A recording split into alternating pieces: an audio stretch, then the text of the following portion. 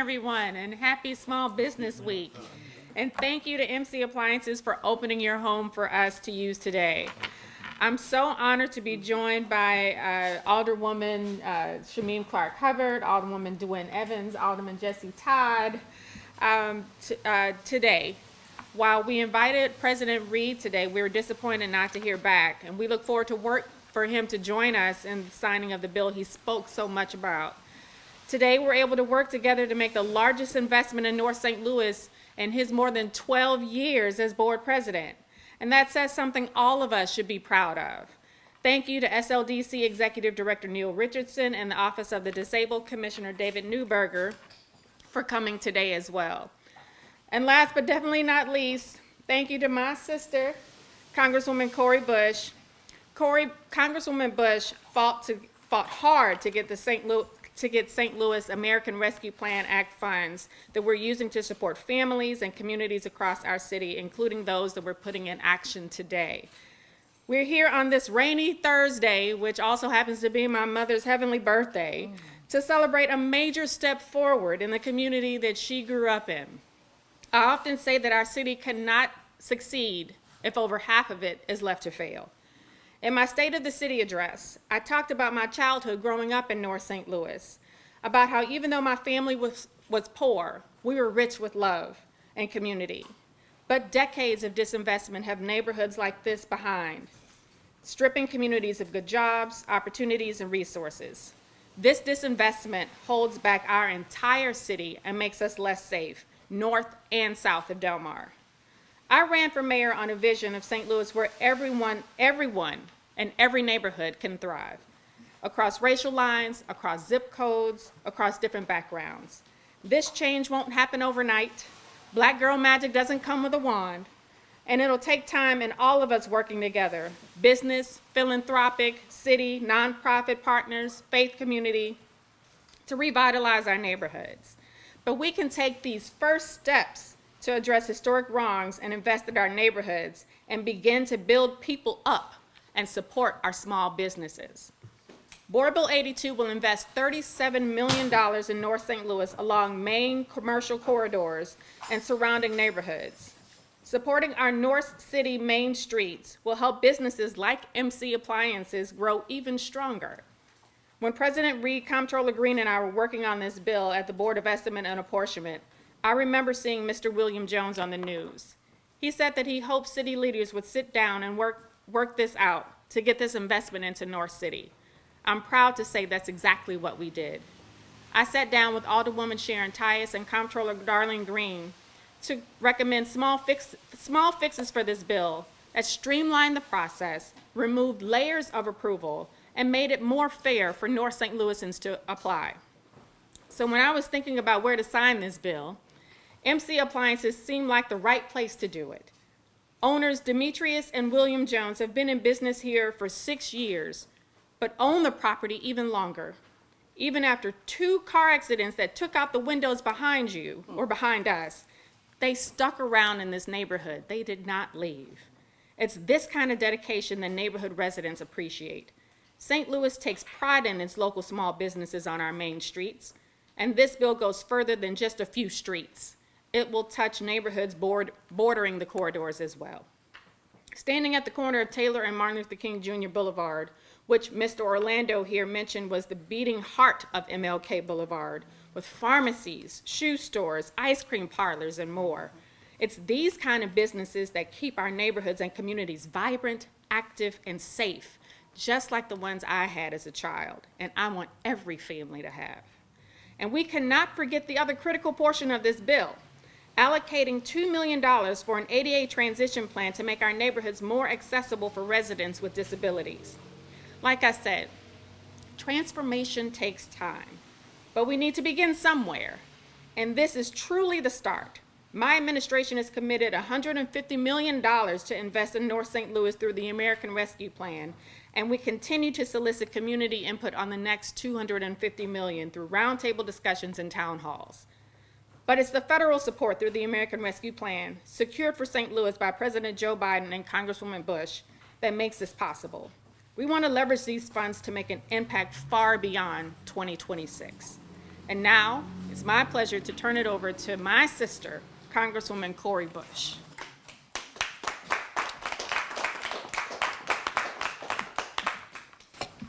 Good morning. Good morning. Good morning. First of all, let me start by saying how much of a privilege it is to be standing here today with this much anticipated unveiling of the funds from the absolutely historic American Rescue Plan. Thank you to MC Appliances for allowing us into this space. Good to see you. And to our alders for being here and for the support, to the city and to our mayor, who we absolutely stand with and just are so glad that this investment is happening and we get to call it under her administration. We are here today to celebrate this investment in North City. Today's signing of Board Bill 82 will bring the first investment of this $37 million to North City with a commitment of another $150, all from the American Rescue Plan. I was proud to work closely with my colleagues in Washington, D.C. to craft and to pass the American Rescue Plan all the way back in March of 2021. This $1.9 trillion package brought and continues to bring urgent relief to our district, including $700 million for our local governments here in St. Louis City and St. Louis County. It has also provided direct relief to families that looks like the $1,400 survival checks, the expanded child tax credit, as well as millions of dollars for our schools, child care programs, restaurants, shuttered venues, libraries, and community health centers.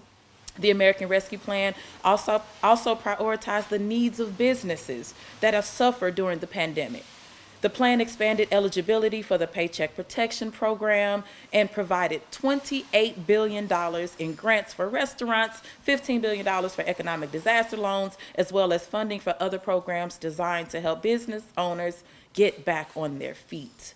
So when we talk about investing in St. Louis, we're talking about $28 billion in grants for restaurants and $15 billion in economic disaster loans. When we talk about investing in St. Louis, we're talking about drafting these federal laws to ensure that our economic development programs targeted at ensuring women, ensuring Black and brown folks and indigenous folks have the resources they need to stay afloat and the necessary training and support they need to access jobs in hospitality, clean energy, and infrastructure. When we talk about investing in St. Louis, we're talking about helping make sure so many of our small business owners are whole again. This pandemic has been hard for every single person, including our small business owners, and it's fallen hardest on our Black folks and our women-owned businesses. Some of you have had to lay off employees, and you've told us that, or even your entire staff. Some of you may have had to take out loans or mortgage your homes just to stay afloat. Some of you may have had to forego a paycheck to save your business. Well, we know some also have even had to close their doors. This investment is going to make a huge difference in North City, and we know it's not enough. So my job, most important, my job in Washington, D.C., is to keep pushing for St. Louis, advancing legislation, and securing money, dollars, for this district so that we can keep these investments rolling in. I know I can continue to count on the partnership of our mayor, of the city, to get this done. Thank you all for your support, and remember, your Congresswoman loves you.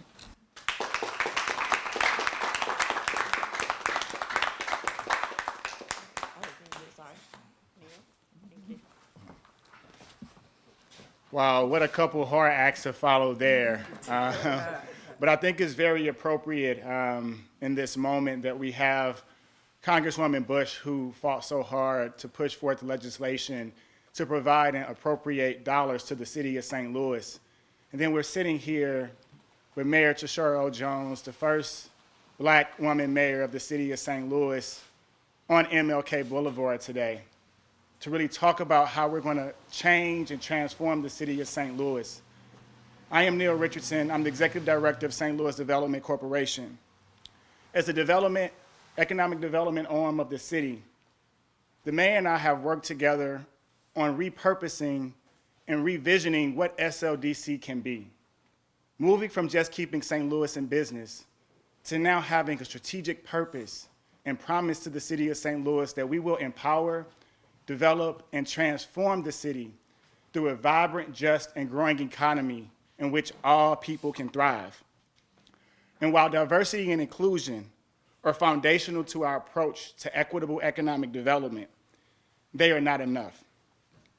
Change that is both transformational and sustainable requires justice, achievable only if we commit unflinchingly to finally centering the people and communities in St. Louis who've been pushed to the margins for far too long. Viewing economic development through a racial equity lens isn't only a moral imperative, it's a requisite for our very survival as Black and brown residents in the city of St. Louis. It's what justice demands. Our city's future is only as bright as we are committed to dismantling barriers to resources and opportunities so that all individuals and neighborhoods can live a full and dignified life. Our roadmap to economic justice sets forth the concrete steps that we will take to effect the changes our city needs and St. Louisans deserve. We are looking to leverage hundreds of millions of dollars from the American Rescue Plan Act to bring private, philanthropic, and nonprofit partners to work collaboratively together. Mayor Jones signing today's bill is a monumental step towards economic justice, appropriating $37 million to revitalize commercial corridors in North St. Louis City. Board Bill 82 aligns with the priorities set forth in the roadmap and epitomizes what we can accomplish when ideation meets concrete action. And North St. Louisans have hoped and dreamed for far too long for true action. Now it's time for us to deliver. SLDC and the Community Development Administration, led by Executive Director Justin Jackson, have brought the full capacity of our agencies together to develop new and efficient processes that will get these dollars into the community hands in short order. This hard work is already paying dividends. As SLDC successfully launched the Small Business Program in April, we have already received over 800 applications, which are now under review, with $5,000 checks going directly to each of those small businesses over the next few months. As prescribed in Board Bill 82, SLDC will fully execute a subrecipient agreement with CDA within the next 7 days that would effectuate the transfer of those $37 million to SLDC so we can begin to release in-person and online applications by June 1st. SLDC has already begun to invest in human resources, technology upgrades, community engagement strategies, and the necessary marketing efforts to meet this moment in stride. As MLK stated, we are caught in an inescapable network of mutuality, tied in a single garment of destiny. Whatever affects one of us affects us all. So when the most marginalized rise, we all rise. And that's what this signing of this board bill is about today, ensuring that all of St. Louis rises. Thank you for your time.